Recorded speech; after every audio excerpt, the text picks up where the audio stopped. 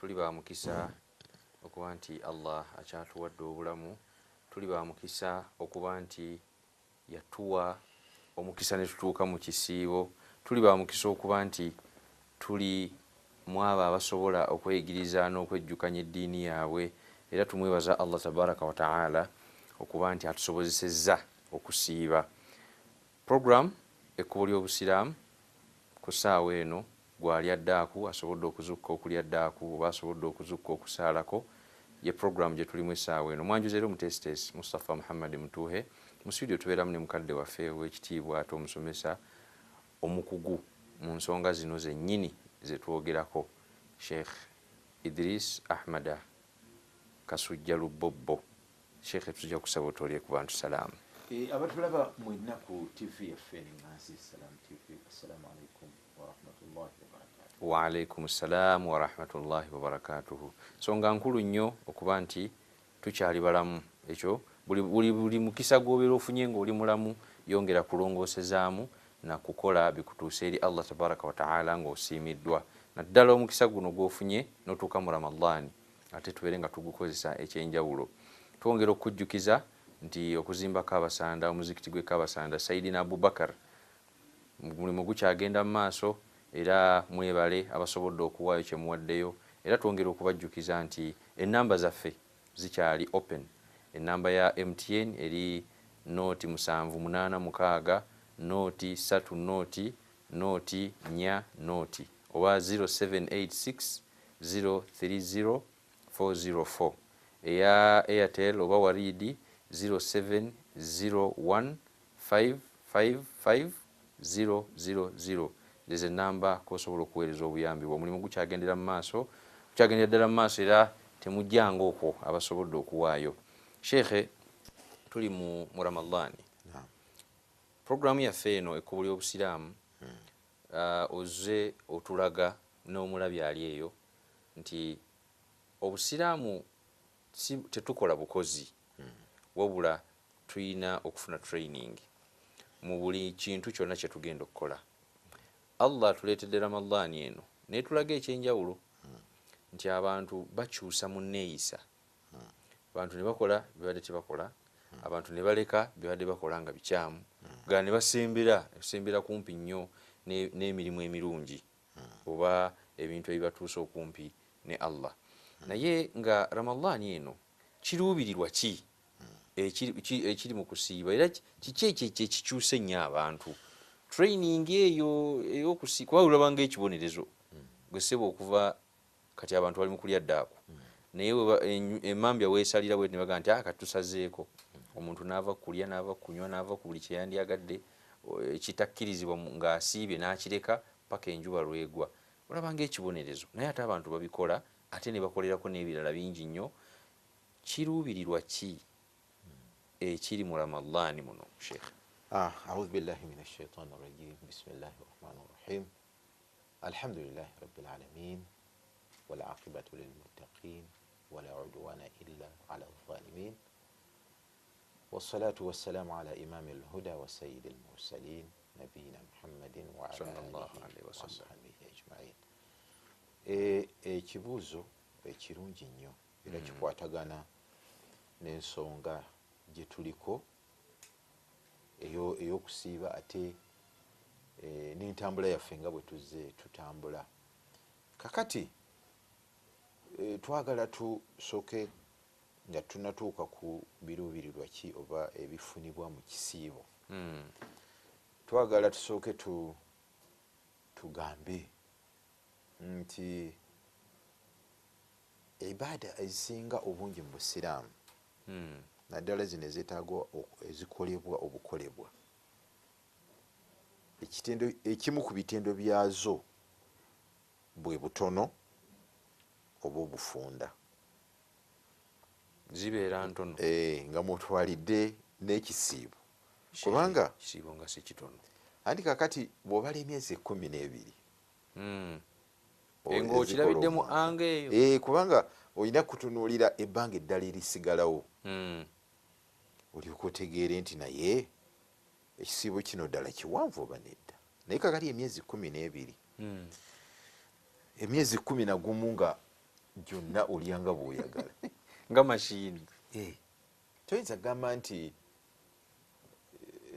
omwezi ogumu muwanvu. Kakati embeera eyo gyolaba efaanana bwetyo nga batera okugamba nti ekatinga across kwegamba etuuka mu buli ibaada mu buli mulimu. Kakati bw'oba obaze eswala oba otunuulidde eswala olunaku lulimu essaawa 24 naye mu butuufu bw'oba wabaliridde ekiseera eky'esswala mu lunaku olulamba tewera ssaawa. Tewera ssaawa. Eswala 5. Esswala 5 omuntu asobola ozisaala n'atuukiriza esswala empagi zonna n'azituukiriza n'obulombolombo ne sunan byonna n'abituukiriza nga tasuse eddakiika 6. Wangi kisobokera ddala. Sheikh awo mba sitadde mayembe. Anti kwegamba nti ekigendererwa mu ibaada ekikulu kwegamba nti bw'oba okola ibaada waliwo ebintu ebikulu by'olina okuteeka mu birowoozo byo, naye mulimu kye bayita ihdaaru lqalb oba iqadatu lqalb, okubeera nti omutima gwo ogusembeza ku kino kyokola n'obeera nga okikola nga n'omutima gwennyini weeguli teguli walala. Kakati ekyo bw'osembeza omutima gwo ku mulimu gw'okola gwa ibaada ofuna khushu', okutya n'obugonvu. Ekyo bw'oba okola ibaada keba eswala Allah kyasinga okwetaaga, khushu', okumutya otyo. Si nsonga eswala ogisaalidde eddakiika 5 oba 10 oba 2 kasiteebaamu khushu' ne ihdaaru lqalb. Kitegeeza okusaala eswala obudde n'owanvuya naye nga temuli kutya Allah, ono asadde eswala nga nyimpimpi naye ng'erimu okutya Allah. Aba akusinga. Kakati abantu bakalirira anti baga nti bw'obeera mu swala obeera oyogera ne Allah, naye kakati gwe okwogera ne Allah ng'ate ebirowoozo biri wala obanga bw'oyogera n'omuntu ng'ate ali ku ssimu takuwulira. Kakati ne bw'oyogera naye eddakiika 3 gwe kati oli bw'oyogera naye ng'ali ku ssimu n'akuwa ebbanga ggwanvu, n'ono akuwadde attention essimu n'agissa wali na buli bimu byonna n'abissa wali dakiika 5 naga nti nnyina obudde si buwanvu nnyo naye twogere, n'akuwa eddakiika ze 10 era nga buli kyoyogera akiwulira oba n'okuwandiika awandiika. Kaali ku babiri ani aba asinga? Awo n'abeera akuwadde eddakiika 10 asinga kituufu. Kakati ne ibaada kwega nti obumpi si kyekibi, naye enkola gy'okolamu omulimu, enkola gy'okikolamu. Era kyova olaba omubaka alayhi salatu wassalam bwe bamubuuza ku mirimu oba omulimu ogusinga obulungi, ekibuuzo ekyo bakimubuuza emirundi mingi naye yakiddangamu okusinziira ku mbeera y'ono amubuuziza ki kyayagala. Naye omu bwe bamubuuza ku mulimu ogusinga obulungi yagamba nti aduwamuhu wa inqal, gwe ogugenderera omulimu nga kagenderere wa inqalla ne gubeera mutono, ne bweguba mutono. Ninsalawo okusoma aya emu buli lunaku, otyo buli lunaku ng'etteeka, oba n'osoma aya katugambe 10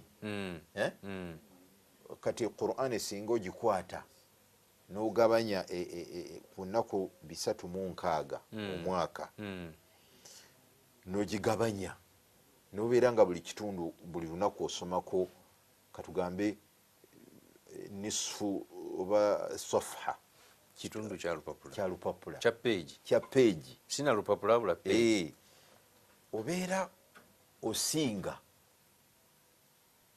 agisoma mu Ramadani n'agimalako.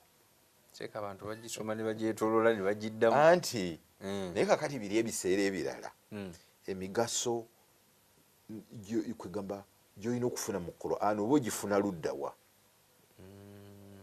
bw'obanga gwogisoma n'ogimalako mu Ramadan. Ganze nsome ekitundu kyange eky'olupapula ekya peegi naye nga kagenderere nga ne Ramadhan ne bwenaabeera ewedde era ojja kusigala bw'otyo, nja kusigala ku mbeera eyo kuba kitegeeza nti gwe osigadde ku guidance eno okuluŋŋamya kuno kwa Qur'an gw'okutambulirako omwaka mulamba.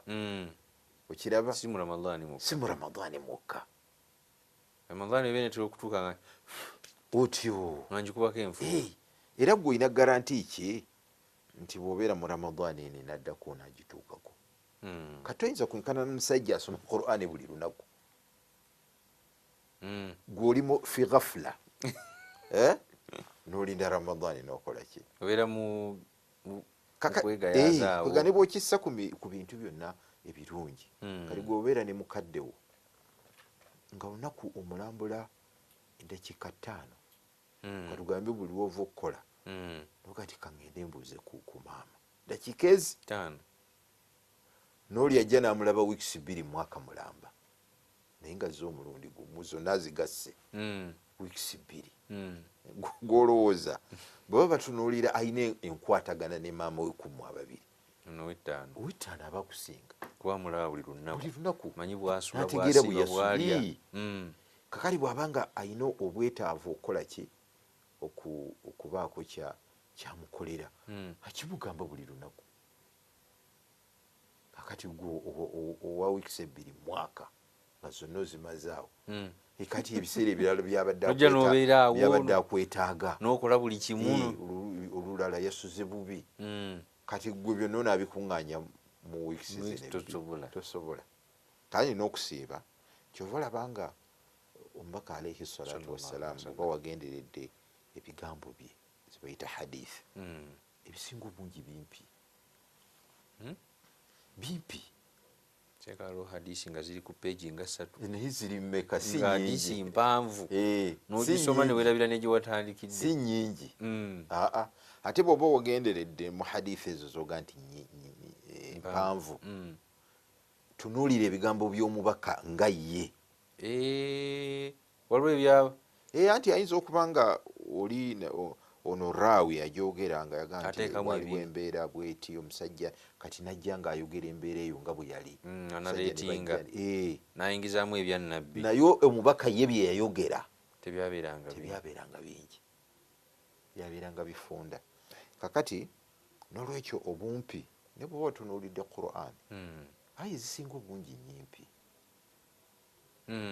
yo Qur'an ennene naye ayi zisinga obungi si mpanvu nyimpi.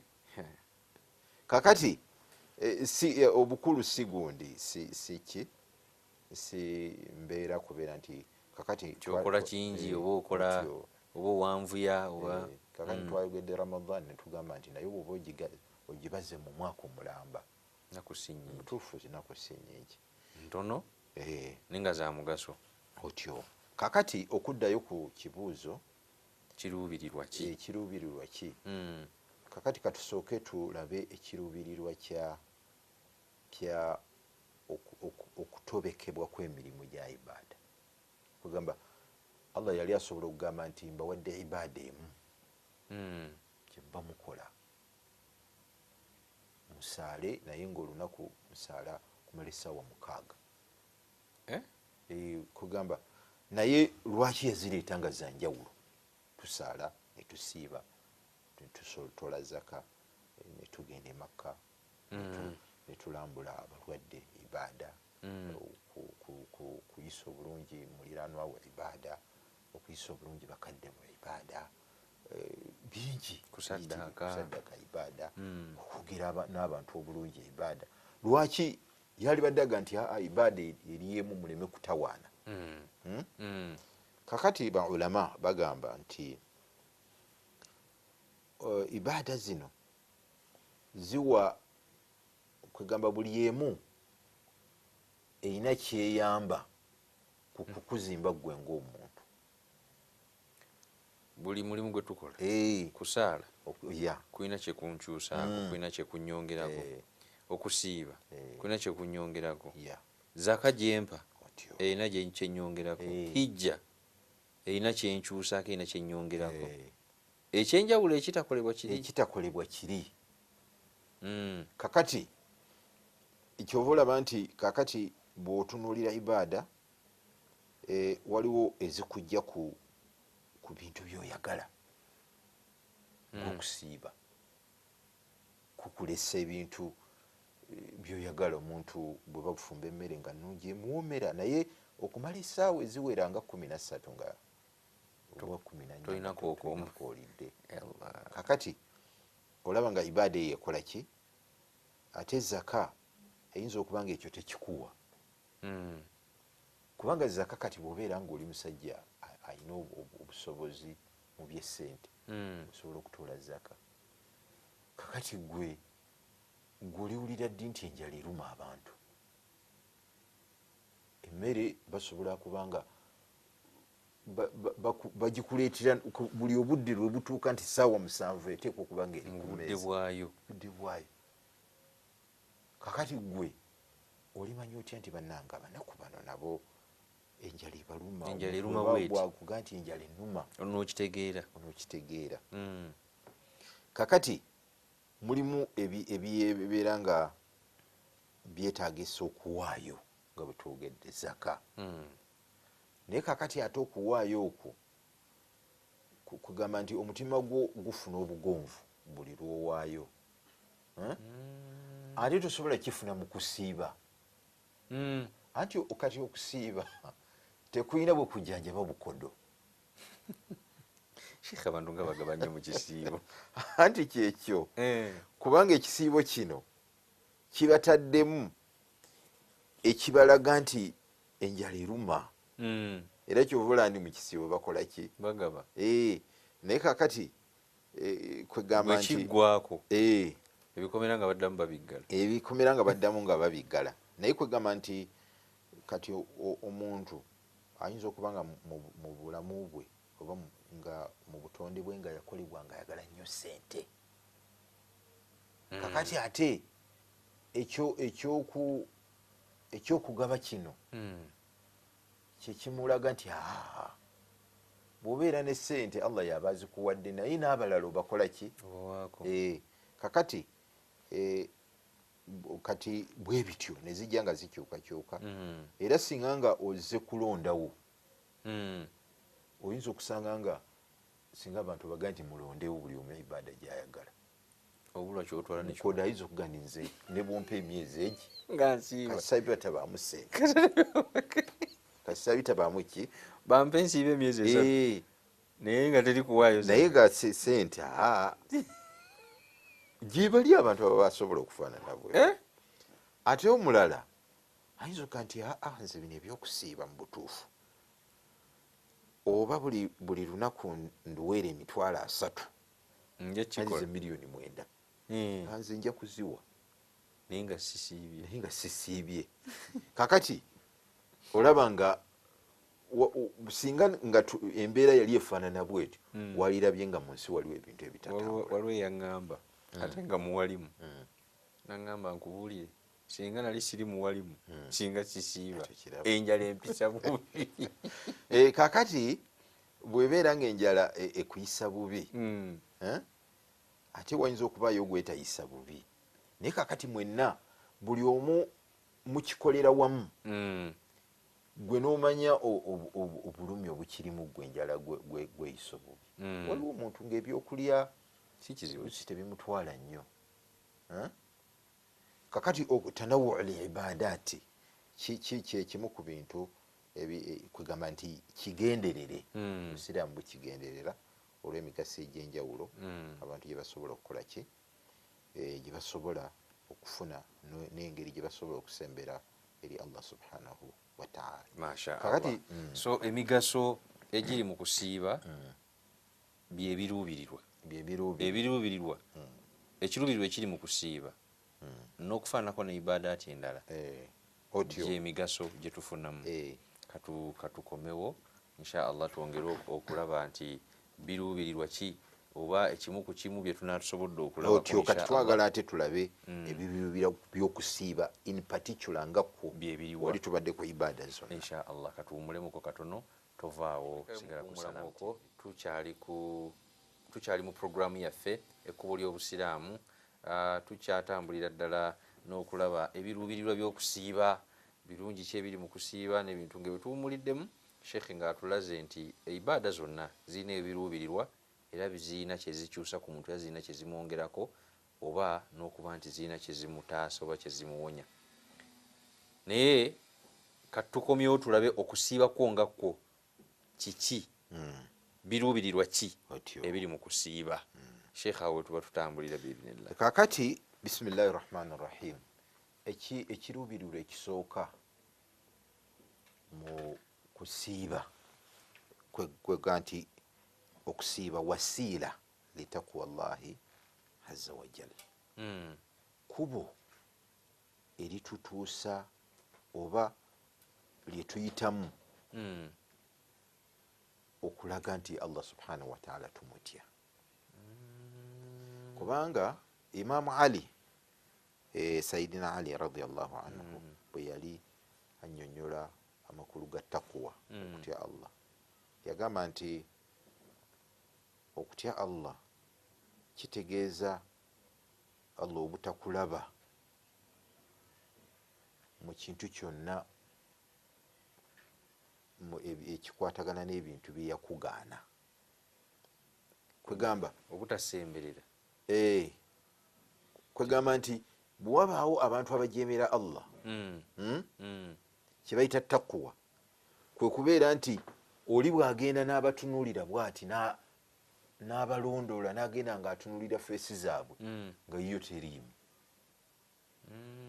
baga nti bakutte babbi otyo bwe bagenda bascreeninga bwe bali ngaga nti aa gundi taliimu kitegeeza si mubbi bwe bagenda okutunuulira kwegamba buli nga bwe bagenda bascreeninga toliimu bwatyo ye bweyakinyonyola takuwa kwegamba nti ate nga bwe bagenda okuscreeninga buli we baleeta abatya allah oba abakola byayagala bagenda okuscreeninga bwe bati nga mwoli tobulamu abakoze ebirungi mwoli abakoze ebirungi obeeramu bwe bagenda okutunuulira allah bwagenda okutunuulira abakoze ebibi toliimu okwo bayita okutya allah imamu ali yaga nti okwo kwe kutya allah minzaani era ekyo bw'okinyweza eyo minzaani sheikh buli muntu yeetunuulire otyo nti bwe mba ndabiseeko ndabikira ludda wa kubanga allah tosuubira kugamba nti okumutya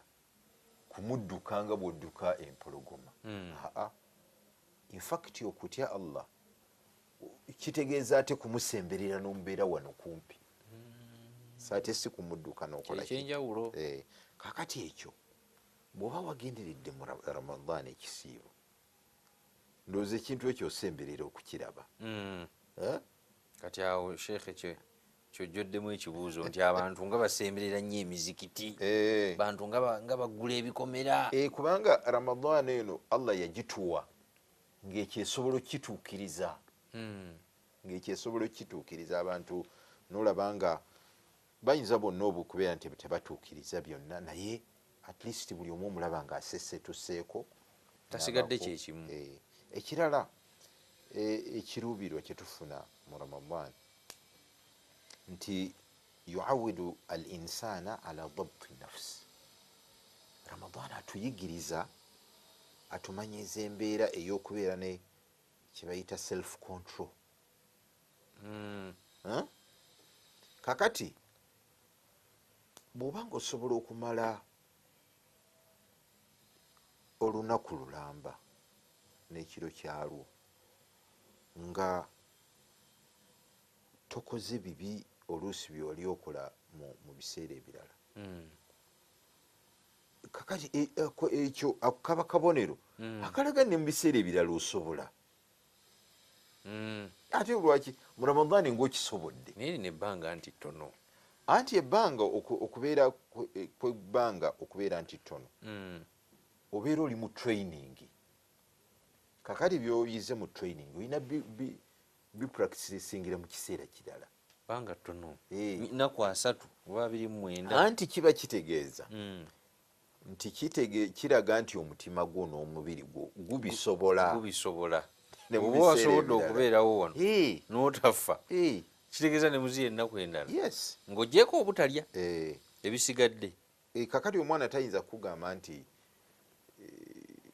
nze sisobola kubeera mu ssomero n'omugaa nti kati gezaako obeereyo ttaamu emu nga tofulumyeeyo tulabe ekyonaaba bana abatolosi eri ttaamu n'agimalayo. Kakati ayinza okugaa nti sisobola nze nga tafunye allergy tabutuse. Kakati ne Ramadan atukubiriza okubeera ne self control. Kati self control egira mu bintu bingi nti bwe tuba nga tugamba nti mu Ramadan tetulya kakati emisana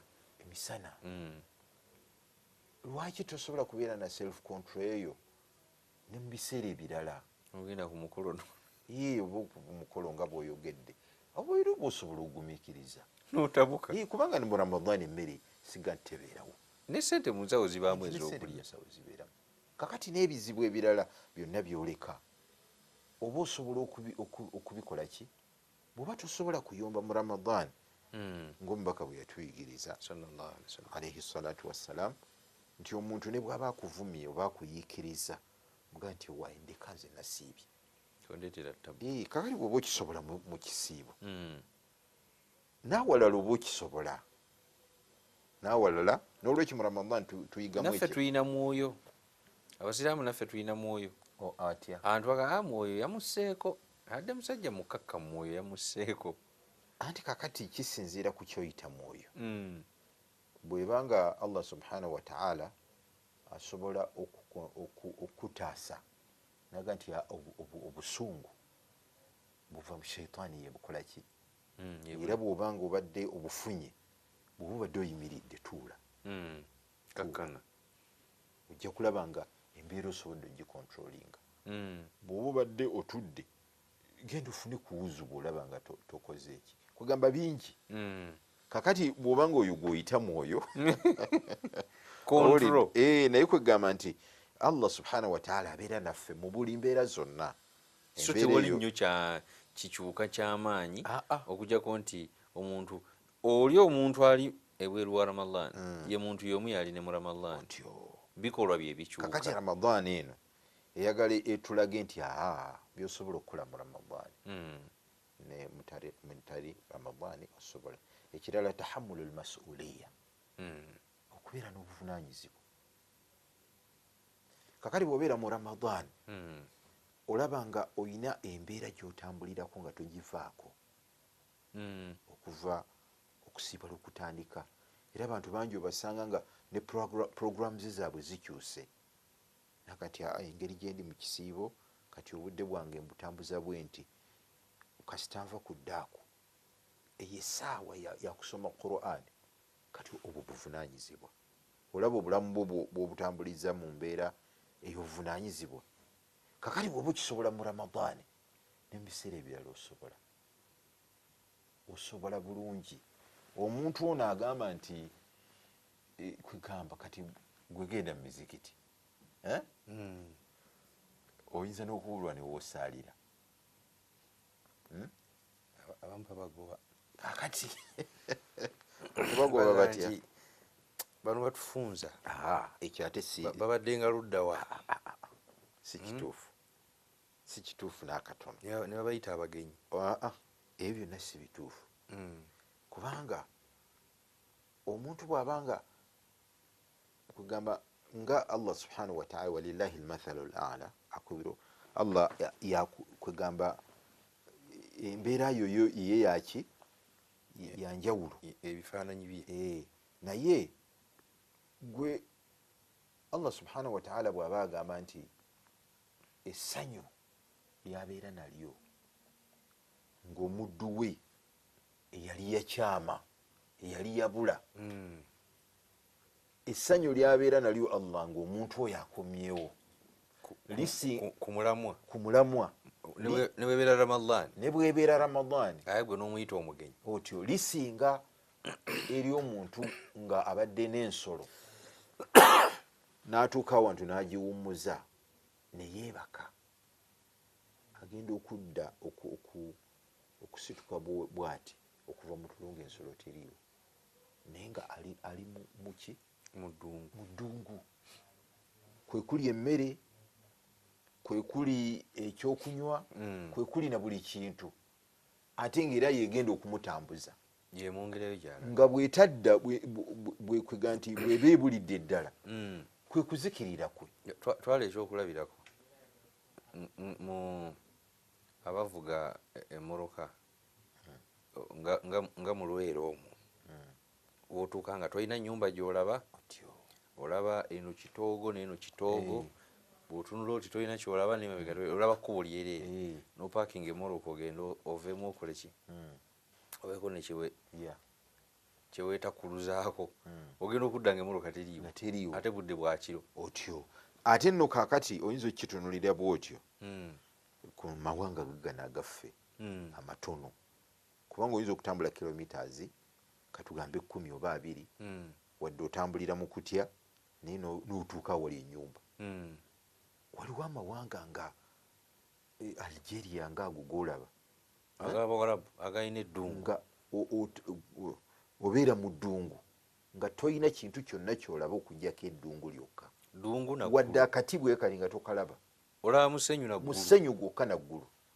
Allah, era abantu bafiirayo naye kakati Allah yageza naga nti ensolo eyo oba oliawo otangaaliridde ogenda okulaba nga ekomyewo, naga nti essanyu lyembeera nalyo ng'omuddu wange akomyewo lisinga eri omuntu alabye ensolo ye ng'okomyewo oluvannyuma lw'okubeera nga amaze ebbanga. Ebifaananyi ebimu bizibu byakuyingiza mu mutwe ng'omuntu tekimutuukangako kakati nga tatambulanga ku lugendo. Omuntu bw'ajja mu kisiibo mumwanirize era mumukubirize, era imaamu yenna adda mu khutuba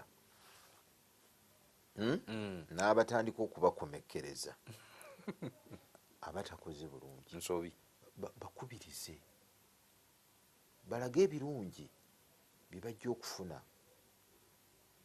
kwegamba era bye bafiirwa singa basigala nga tebakolaki, tebajja mizikiti. Ebintu ebifaanana bwe bityo simanyi oba twali tukigizeeko, naye ku lumu naliko ku muzikiti ogumu tuba tufuluma bwe tuti tumaze okusaala ejjuma naye tulaba omuvubuka nga ajjako ekikoofiira ku mutwe, yali akitaddeko naye nga bano be bayita abarasita, kati olwo bafulumya ziringa emiguwa ezo bwe zityo. Kakati tufulumye amaze okusaala ejjuma akijjeeko addeyo ate agende mugundi. Oli gwe nali naye nanga nti kale kati laba oyo kati yava noonyaki miziki mulabe batuswaza n'otuswaza. Allah, era namugamba nti kaakati omuntu oyo afaanana bw'atyo okulaba nga ejjuma etuuse, kubanga kati kikulaga kampani oba ekika ky'abantu bawangaala nabo, kuba nabo bayinza okuba bafaanana bwe batyo, naye n'atuuka n'aga nti owaayi n'abavaamu leero jjuma n'awaayo obuddo kangende nsaale, sindi musajja musiraamu. Kakati ali gwe noyagala omukyomere kwegamba singa olowooza singa ajja okumala omwaka ng'ajja muzikiti ng'ali bw'atyo, oba oliawo omwaka ogwokubiri ayinza okutandika okulaba n'amunene Sheikh bw'ajja abantu ne bamukwata bulungi ne batamutunulira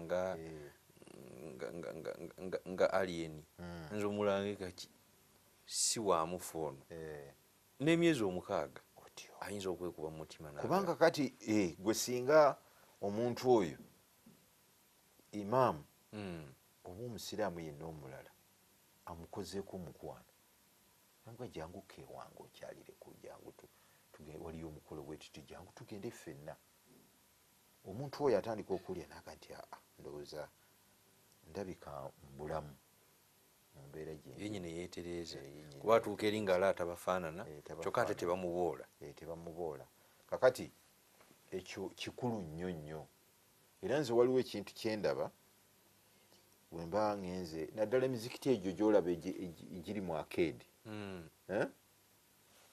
bw'oyingiramu n'otunuulira akatundu kano ak'abakyala mwe basaalira osangamu obukaaya n'obuleesu kakati mulimu abantu abakazi oba abawala abatayambala nyambala eno ya busiraamu bambala nyambala eya bulijjo olusi bamawofiisi otyo kakati ogenda okulaba ng'ayingidde nga yeesibye akaleesu wansi n'ateekako n'akakaaya n'akola ki n'asaala omuntu oyo aba tannatuukiriza nyambala ya busiraamu naye omuntu oyo aba kwegamba nga tukikwataganya nakiri tasaana n'akatono okugamba nti kwegamba kumwataakinga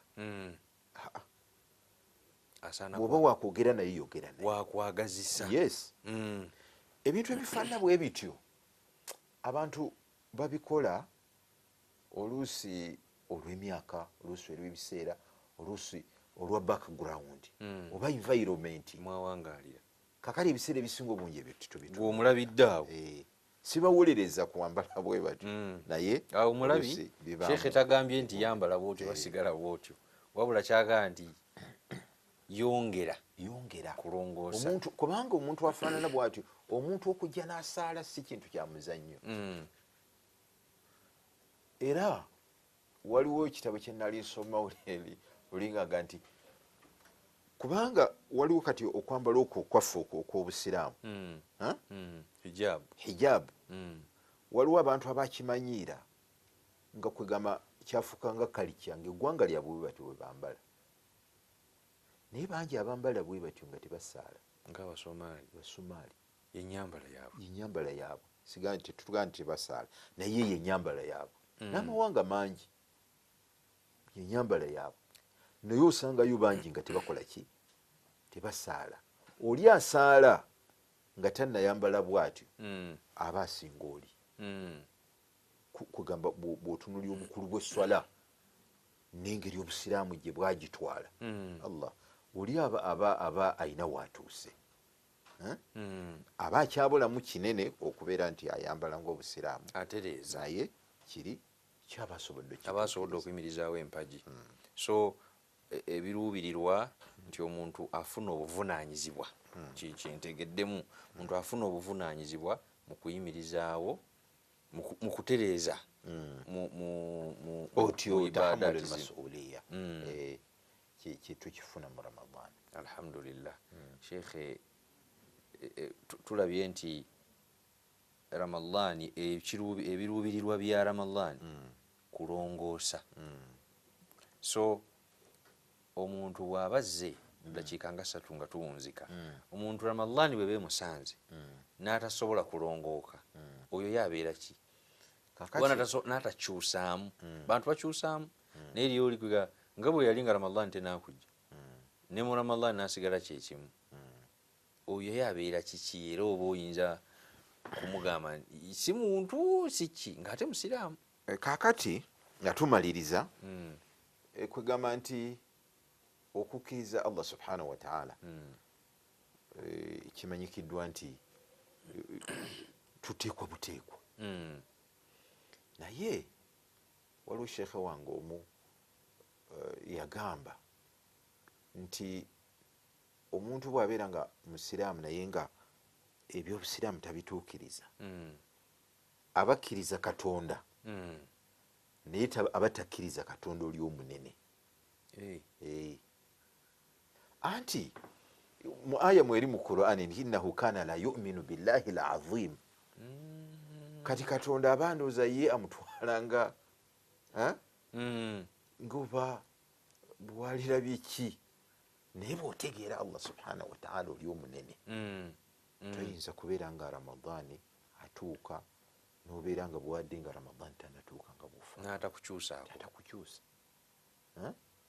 ng'olabye nti Allah gwe bagamba nti ku yaumul qiyama agenda kukwata eggulu bwati mukono gwe amagulu gonna 7 biyaminihi mukono gumu eggulu yauma natwi samaa katwayi sijili lilkutub olunaku lwe tulizingako eggulu nga bwozingako ekitabo notati oyo kakati oyo huwa Allahu alazim atakyuseeko mu Ramadan labika abakkiriza Katonda naye si Katonda oli omunene naye nga naye taggwamu ssuubi naye taggwamu ssuubi kwegamba nti ajje wonna watandikira hadithi twajogedde nti omuddu bwakomawo Allah subhanahu wa ta'ala musanyukira okusinga omuntu bwasanyukira ensolo ye ngebadde mubuzeeko nga yeriko buli kimu. Masha Allah, Sheikh barakallahu fik, tweyanziza nnyo omulabi omulungi, twongera okukubiriza okwongera okunyweza n'okulongoosa mu Ramadhan eno dako ekyagenda mu maaso paka saawa 11 n'eddakiika 29 27 awo. So oteganya okutu omwazinyi n'atakuyitako era ku Salamu TV wano ffe tukuleetera omwazinyi ekiba kiraga nti ddaku ebeera eweddeko. Sheikh tweyanziza nnyo, twongera obbakubiriza mujjumbire nnyo okukola emirimu gya Allah, mujjumbire nnyo okuzimba obusiraamu, mizikiti Kabasanda guugwo weeguli n'ebirala. Wa barakallahu fikum, wasalaamu alaikum wa rahmatullahi wa barakatuh.